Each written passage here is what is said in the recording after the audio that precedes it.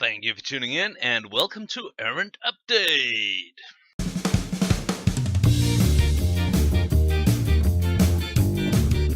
So, today we're going to talk a lot about Adeptus Mechanicus, but before we do that, let me just quickly explain last week and what happened there. Well, a long story short, we pretty much invited Papa Nurgle into our house, and we paid the price. The whole house were down with the sickness, so to say, and Mother Nurgle were coughing so badly that she went to the doctor and was immediately admitted to the local hospital, which meant that I, with um, with not the strongest health at that point myself, had to prioritize my energy, and obviously that went into taking care of the Nurgling, our 3-year-old son. So yeah, that is why the schedule went out there like it did. And I hope you guys enjoyed the battle report that you did get, but at the same time, I'm obviously really sorry that I didn't get around to do all the tutorials and stuff that I had promised you. So we'll remedy that this week, I promise. So first of all,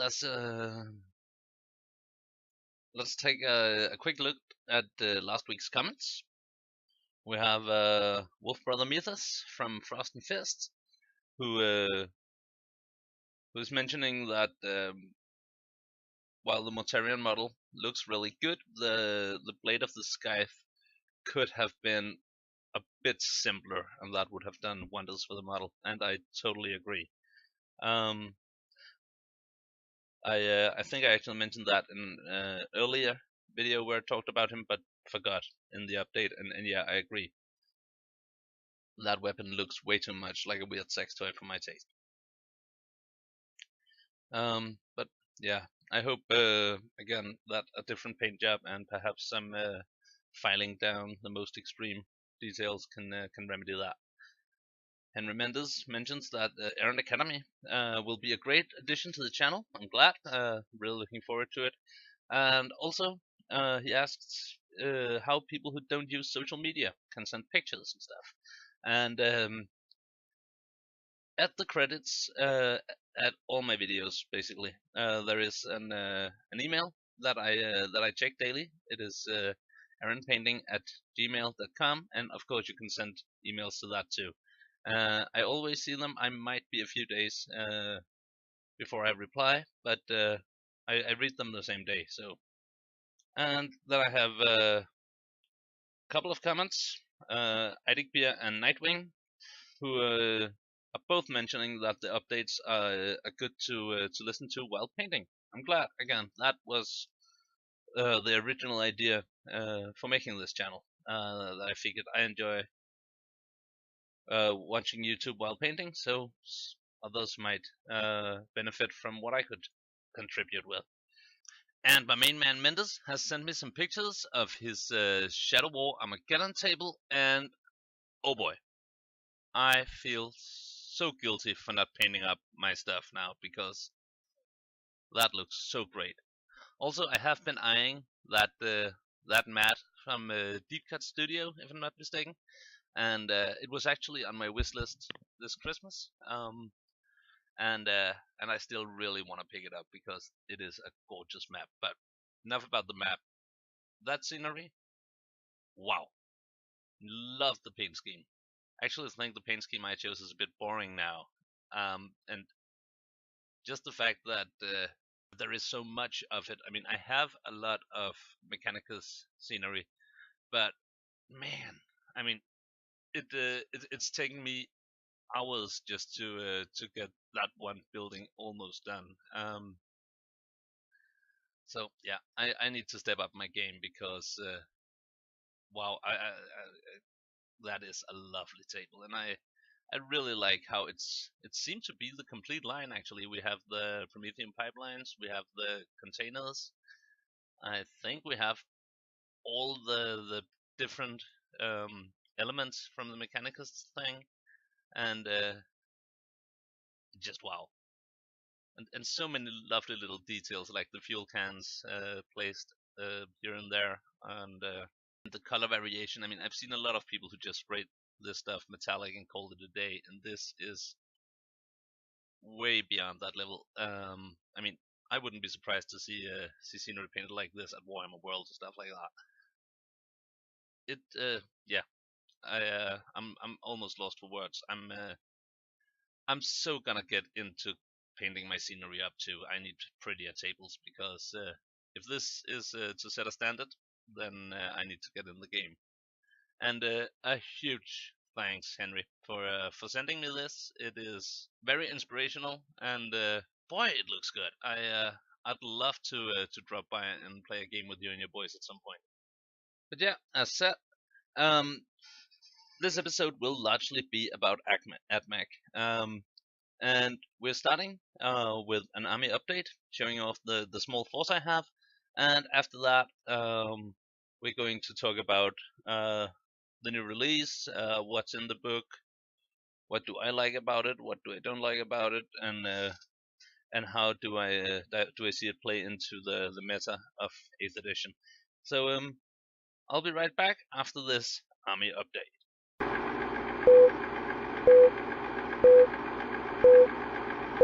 So, showcasing my little Mechanicus Army. I have, as you can see, my 2 knights, my pride and joy, Peter, my first knight and my first really big paint project. Peter is magnetized.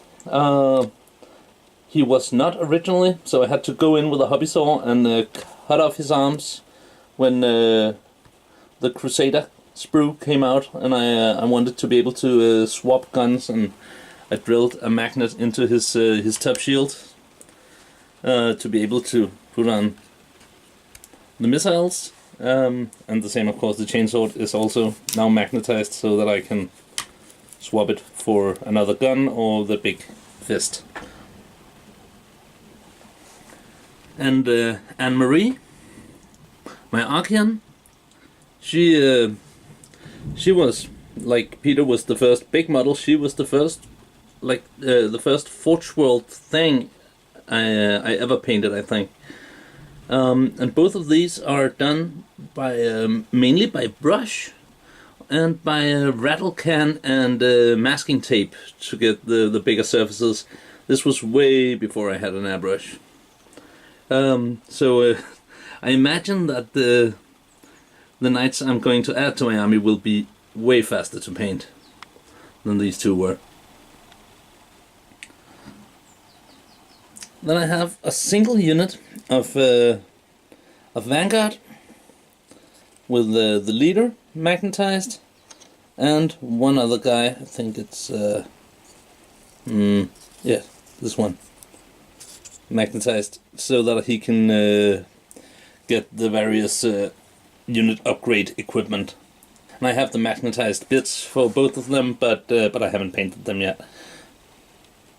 And also I have all the special weapons. I made dedicated miniatures from 4 boxes of Skitari, 3 of each specialist, and then the plan is to make 3 10-man vanilla squads, 2 Vanguard and 1 Ranger, and then I can just swap out minis for the specialists. I started out considering magnetizing everything, but realized that was simply too daunting. So, especially for such small troops. And my so far my only HQ, painted her up this weekend in a hurry because I suddenly realized I wanted to get going with this army faster than I thought I would.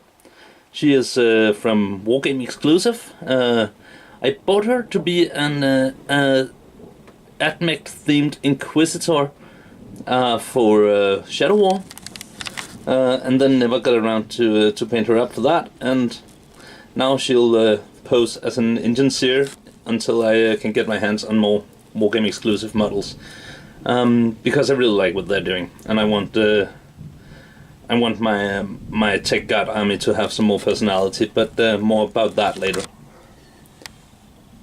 And finally, my infiltrators. Also really like these guys. Loves the models. Really happy with how the paint job turned out. And sadly, I have no clue how I did the greyish white on them. And I do have another box. And I thought I wanted them to be Rustalkers, but I actually think, going with the theme of the army and stuff, that they will be infiltrators as well. So yeah, that is what I have so far. And you can be sure that in the next update for this army there will be a lot more stuff.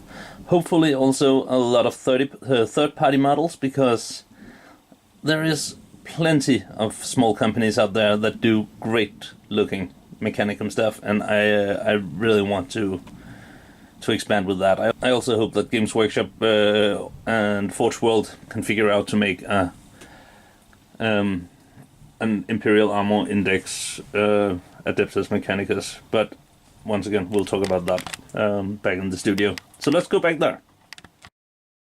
So yeah, quite a ways away before I can call that an army, but while I will probably never win the Crystal Brush, I do tend to paint really, really fast compared to at least most people I know. So, news from Games Workshop. This is the big one today. I'll quickly go over all the non-AdMech Codex releases. Not gonna bother jumping in showing pictures, just the new Terminators, Death Threat guys. Love them. Definitely gonna pick those up from Mother Nurgle. Because I want to paint them, not because I particularly want to fight them. Forge World did a Blood Bowl team. Yay, Forge World. I love it when they keep up supporting specialist games. And then there is the app. I like the app. I've downloaded it. I think it will come in handy often. But I think I will do But I think I'll do a separate video on that if people are interested. So let me know below if you would like an in-depth review opinion on that. Because yeah, today is about AdMech. So the Codex is up for pre-order. I don't have it, but I feel I don't need it to be able to talk about it, because I watched all the early reviews out there, and I'll pop links below.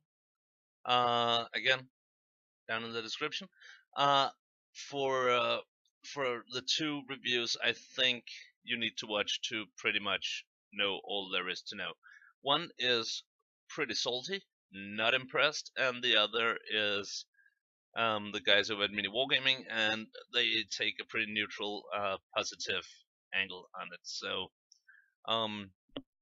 there are plenty of others out there, but these two are the ones I feel gives the best picture. Because, and let's start with the salt. There is definitely reasons to be a little salty.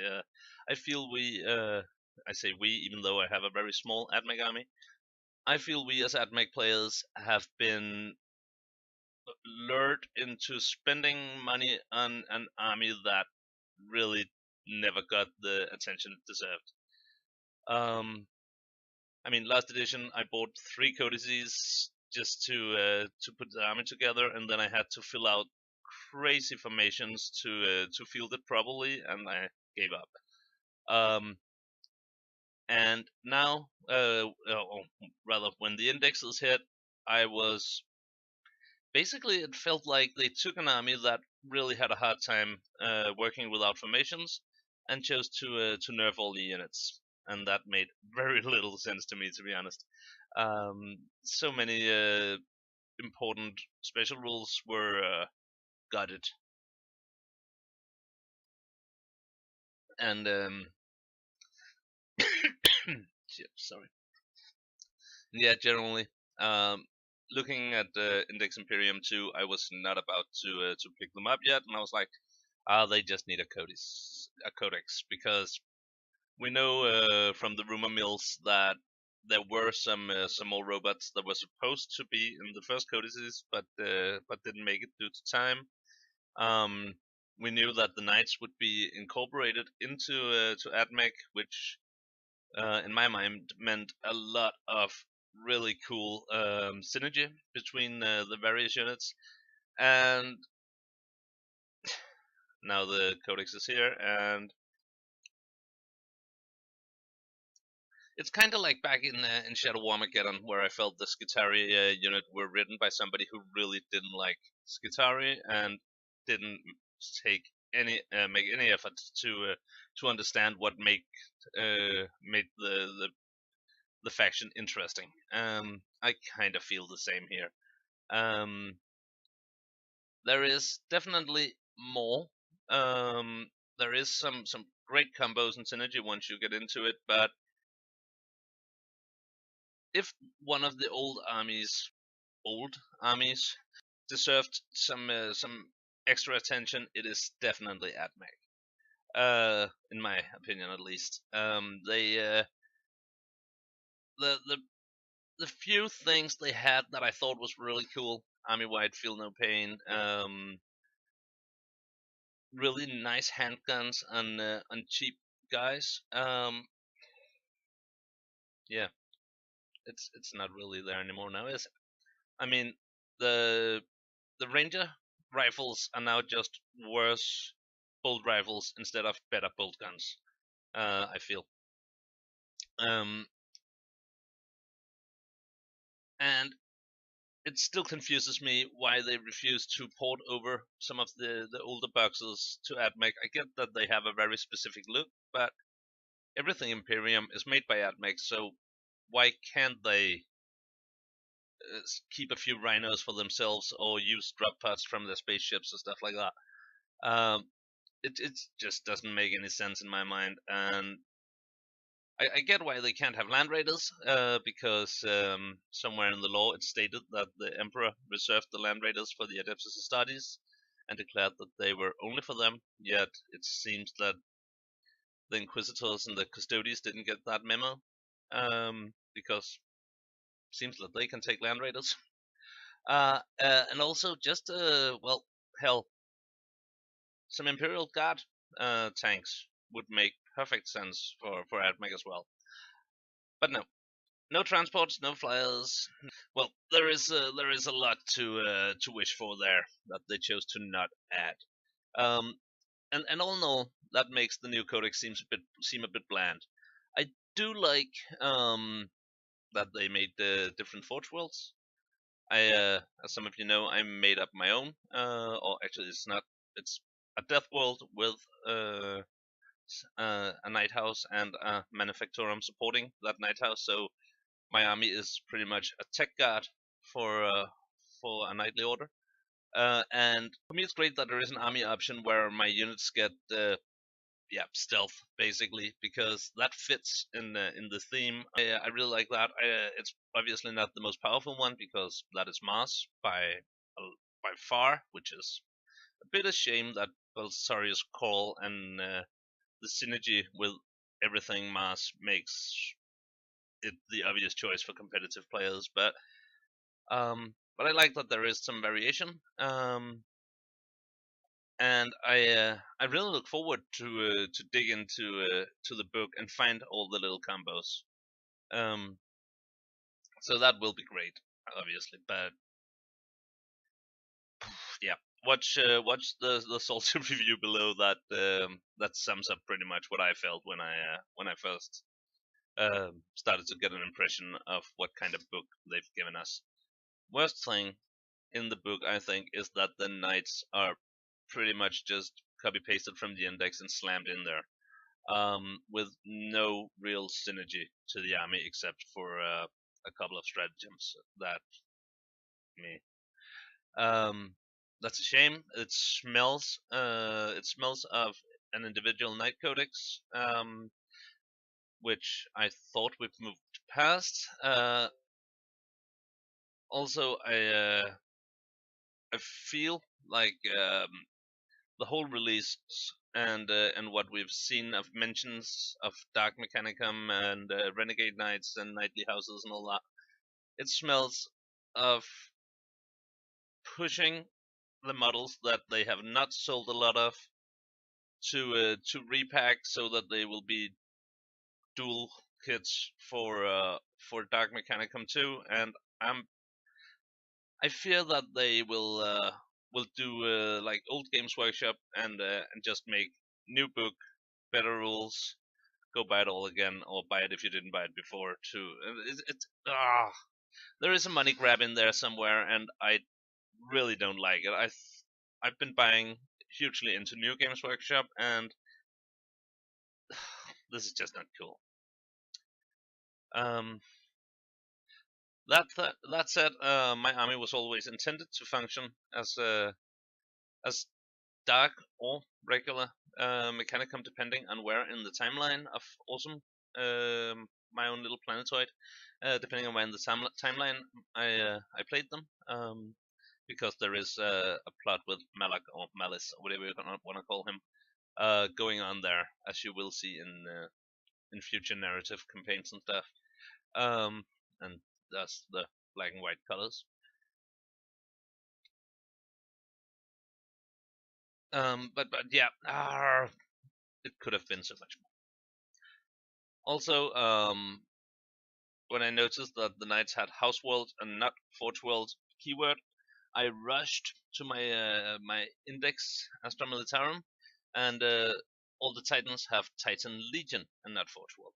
So for an edition that really focuses on buff bubbles and synergy and stuff, the AdMech just seems fragmented, sadly. I could really have used more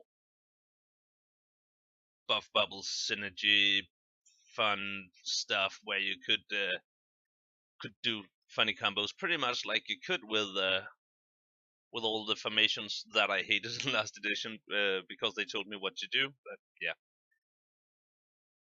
right side and wish listing. Let's go there.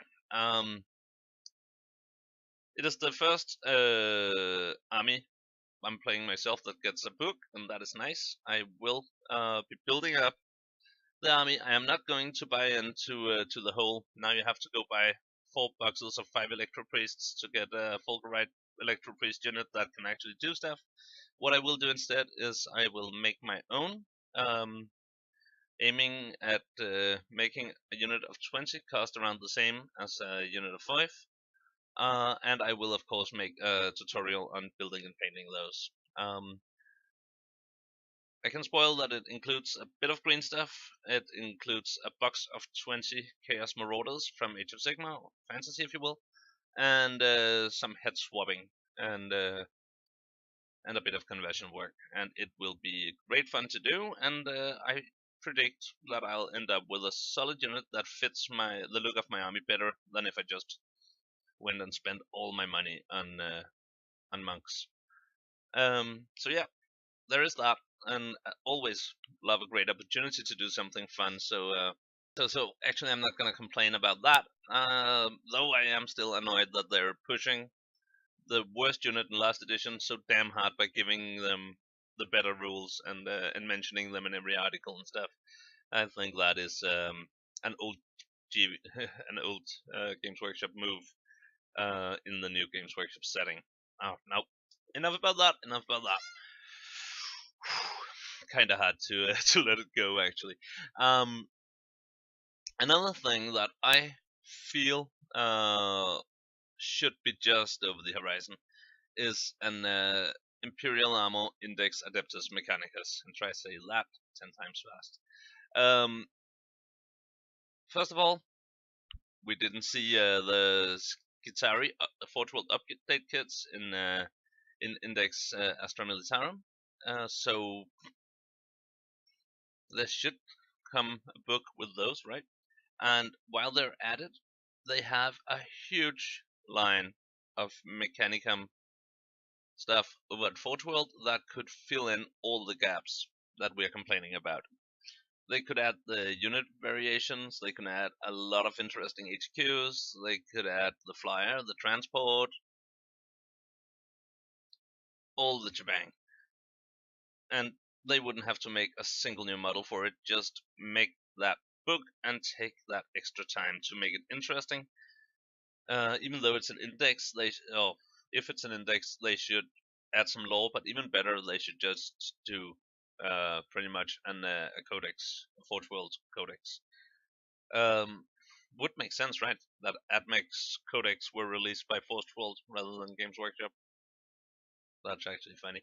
And yeah, I can't imagine that no one in Games Workshop at least had the thought, hey, maybe we could sell complete Mechanicum armies to Mechanicus players. And I would love that. I mean, I have quite a bit of Forge World Mechanicum stuff that I bought, partly because I thought I might be getting into 30k. I was not. And partly because back in 7th edition, I actually took it for granted that they would give 40k rules, and I loved the models and bought quite a few of them while I was picking up my Forge World Knights, because back then I had money. Anyway, if such a book is on the horizon, then I can definitely see this army being one of the more fun armies to play, because they have all those different priests that could give different buffs. They have all these interesting combat robots that does different stuff, or so you can theme your army to focus on what your Forge World does instead of trying to make mass units fit into other doctrines, or what do they call them, dogmas. Yeah, all in all, that is where I see the true potential for this. I want to paint up mainly units that I think look good, and that I have fun making, and putting some character into. And speaking of putting character into it, as you just saw, I had a single model from Wargame exclusive. Picked that one up. Actually, intended to use it for a Shadow War warband, and never got around to do that. I have a couple of their battle sisters too, and again, never got around to do a Sisters of Battle warband for Shadow War, and now I don't think I wanna, because I have so many friends now that plays Shadow War that I would rather focus on getting one of my warband or kill teams working for that, and then focus the rest of my painting time on getting armies ready for 40k, and then we have Shadespire and Necromunda coming up, and I want to get into both those games, and I want to cover them here in the channel too. So, but yeah, conversion and third-party additions to make up for the lack of model releases and Games Workshop support will probably be the way to go for me. I want the army to look good, and then I hope Forge World will grace us with the rule set, and if not, yeah, then it's good I'm in it for the narrative, right? So yeah, news from Games Workshop, slightly different this week.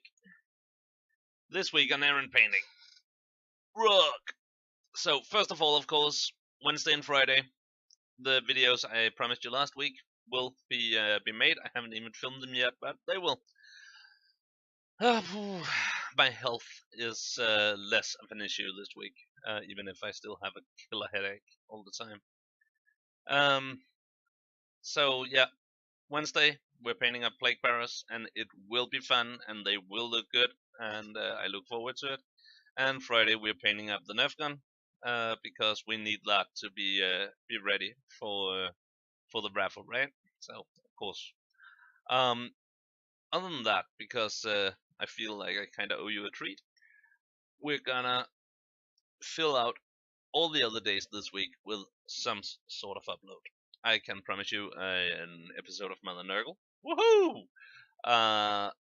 And there will be Errant battles. So on Saturday we have a really cool Knight Errant episode where Lasfar is ringmastering basically a debate between Ronan and Sleeping Bear, where they talk about new stuff versus old stuff and stuff like that. It's really fun. I really look forward to uploading that. But yeah, I'm not sure exactly the order, but I predict that there will be 2 battle reports and a Mechanicus episode added to the other uploads. So that should be a daily video for this week to make up for the time spent being ill last week. Anyway, that's about it for today. If you have questions you would like answered in the first segment of next week's Errant update, leave them below. If you have pictures you would like me to review, send them to me either on Facebook or on my email. And also, please remember to subscribe if you want to be reminded of all the exciting stuff coming up this week. Remember to hit the little bell button if it doesn't automatically activates. And finally, if you want to help improve and support this channel, click the link in the description to jump over to Patreon. Any amount of money helps immensely to keep up with the rapid release schedules and demands of paint that this channel is suffering from, so to say. And also it means that you'll have tickets for the raffles that I do for my patrons. And with the positive feedback I've had on the Nerf gun raffle idea, I'll definitely keep up doing those where we build and paint something on the channel, and once it's done, I'll send it to one of my patrons. So yeah, I hope you'll enjoy this week on Errant painting. See you tomorrow. Take care, and bye bye.